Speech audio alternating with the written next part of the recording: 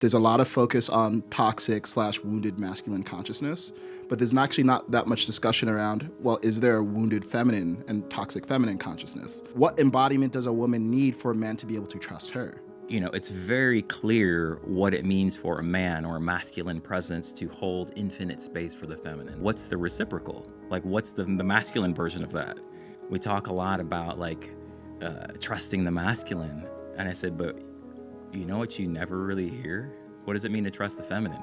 God bless you for saying that. That's circle. Once you recognize that you're more than this body, you're spiritual. You don't need to do yoga or be vegan or dress in white or and do long staring contests or none of that shit. You can. So you can be spiritual, still smoke weed, and play Smash Bros, right? You're right here, my brother. Praise the Lord. That's kind of spirituality I'm looking for, man. I was obsessively doing spiritual growth. On some level, subconsciously, it's because I also believed I wasn't ready to do the things I actually wanted to do. Plant medicine is not there to solve your problems. It's there to make you conscious of the unconscious.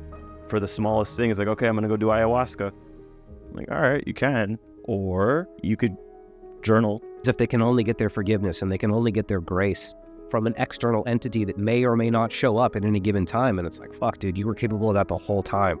I am capable of giving that to myself. And then once I started to do that, everything that Jesus said started making sense. And it was like, oh, he was just talking from someone who's did this for a long ass time. If you look at what he was saying, it seemed like a pretty just advanced dude who really understood himself and said things like, I'm the son of God. Didn't say that you're not. You can be the son of God too. You can have this realized state too. And it's not by abandoning yourself for me or raising me above you. It's about recognizing that I am the same as you. I'm proud to be just a man. Don't get away from what you are. You don't need to be an evolved man. You don't need to be a conscious man. You don't need to be anything other than a good man. I'm proud just being a guy with a dick. That's enough for me. Feminism got out of fucking control, bro. I was constantly being told to just shut up and listen, and then I'm a man, and so my opinion doesn't matter, and everybody likes to act like that's not how it was, but that's very much how it was. And then some dude finally stops it. I felt a breath of relief. I didn't want him to win, but I was like, finally, someone's doing it. There's such a huge problem with new age circles where people don't want to be connected here. They want to transcend. Yeah, they want it on the fifth dimension. It's like, bro, you're barely good at the third.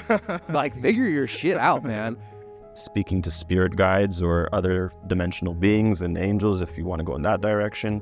In describing channeling, you mentioned spirit guides. It's tough because when I hear that, I'm like, damn, I want to believe that, but how the fuck do you know?